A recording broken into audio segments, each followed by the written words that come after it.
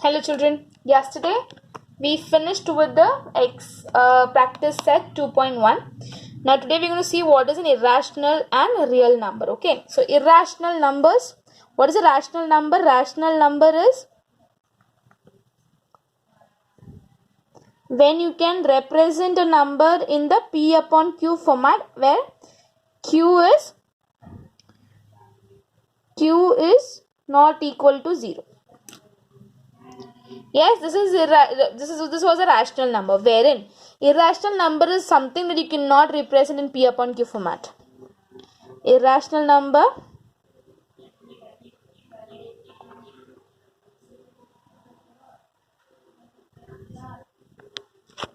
cannot be represented at the P upon Q format. Is that clear? This is irrational number, children. Yes. Now we have to prove that under root 2 or square root of 2 is an irrational number. Now square root of any number is an irrational number. How? Square root of 2, square root of 3, square root of any prime number is going to be an irrational number, isn't it? So now we cannot have square root of 2. Can you have square root of 2? No, we cannot have square root of 2. So how are we going to prove that this is an irrational number? So let us assume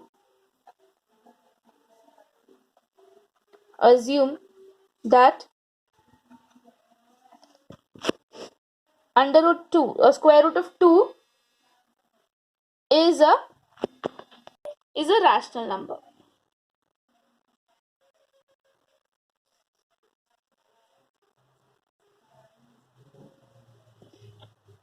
Clear? So we'll assume that under root 2 or square root of 2 is rational number. So what is the rule of rational number? We can denote or we can represent it as P upon Q. Now we are going to see. So root 2 can be expressed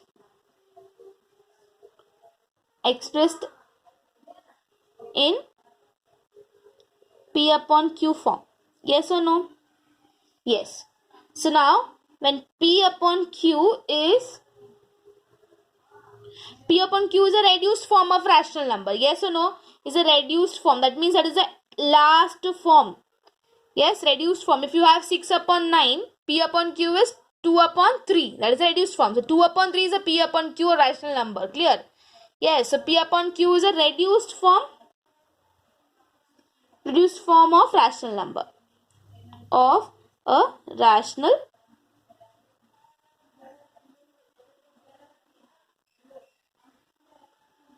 number. Hence, now tell me 2 upon 3. If you take 2 upon 3, what is a common factor for both of them is 1. Okay, so hence the common factor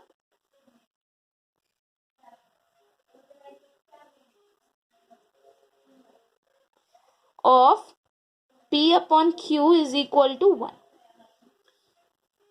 Yes, of P, write P and Q is 1.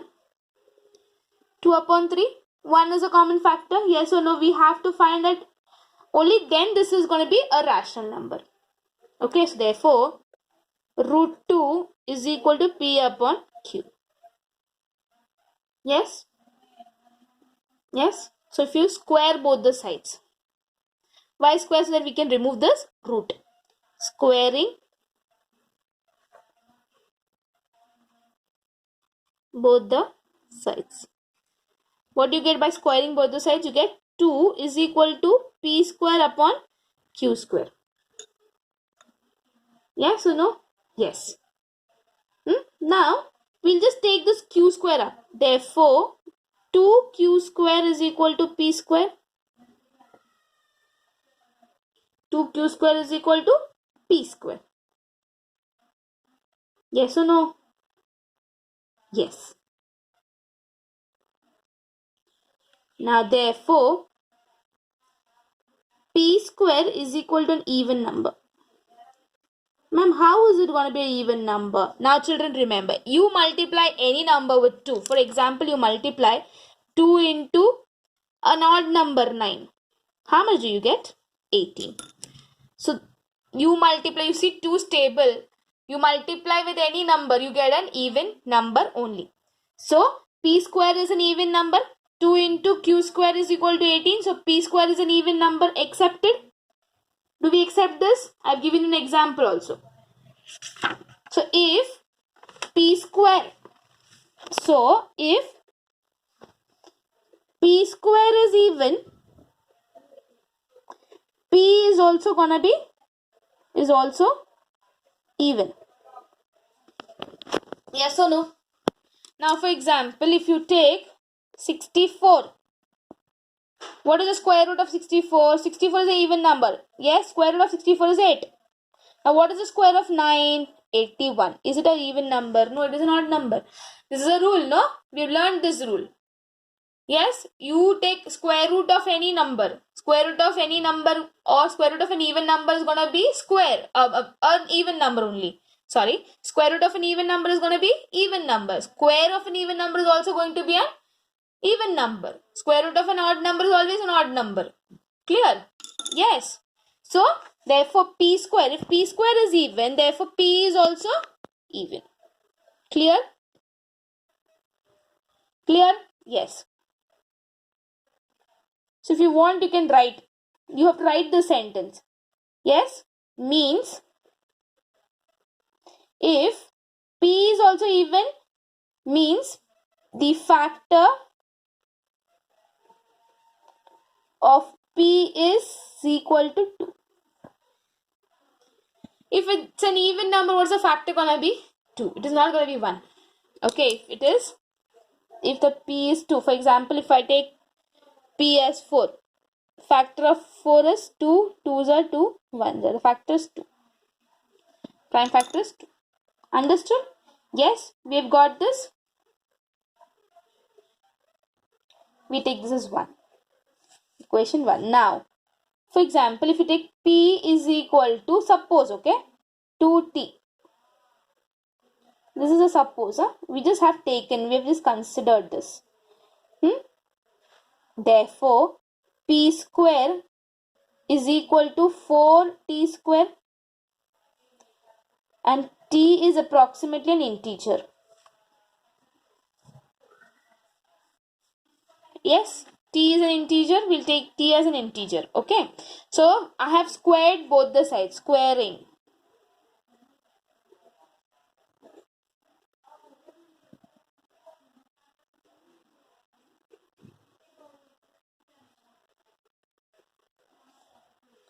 P is p square.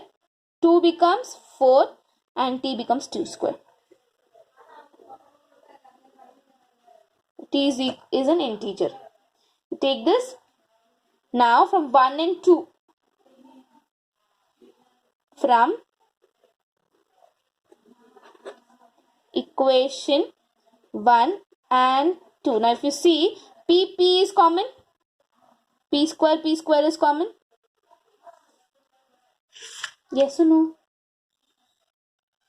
This is equation 1. Huh? This is equation 1. So from here if you see, p square, first equation is what? P square is equal to 2q square. And over here it is p square is equal to 4t square. Therefore, p square is nothing but 2q square is equal to 4t square.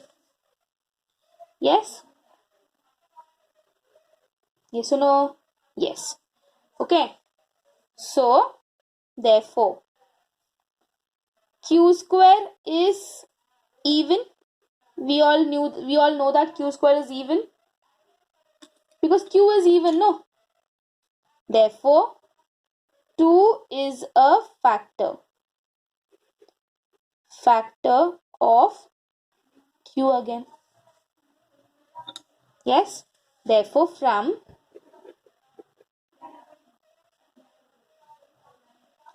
this is the second statement. This is the first statement. Therefore, from statement 1 and 2, what do we know? That the factors 2 is the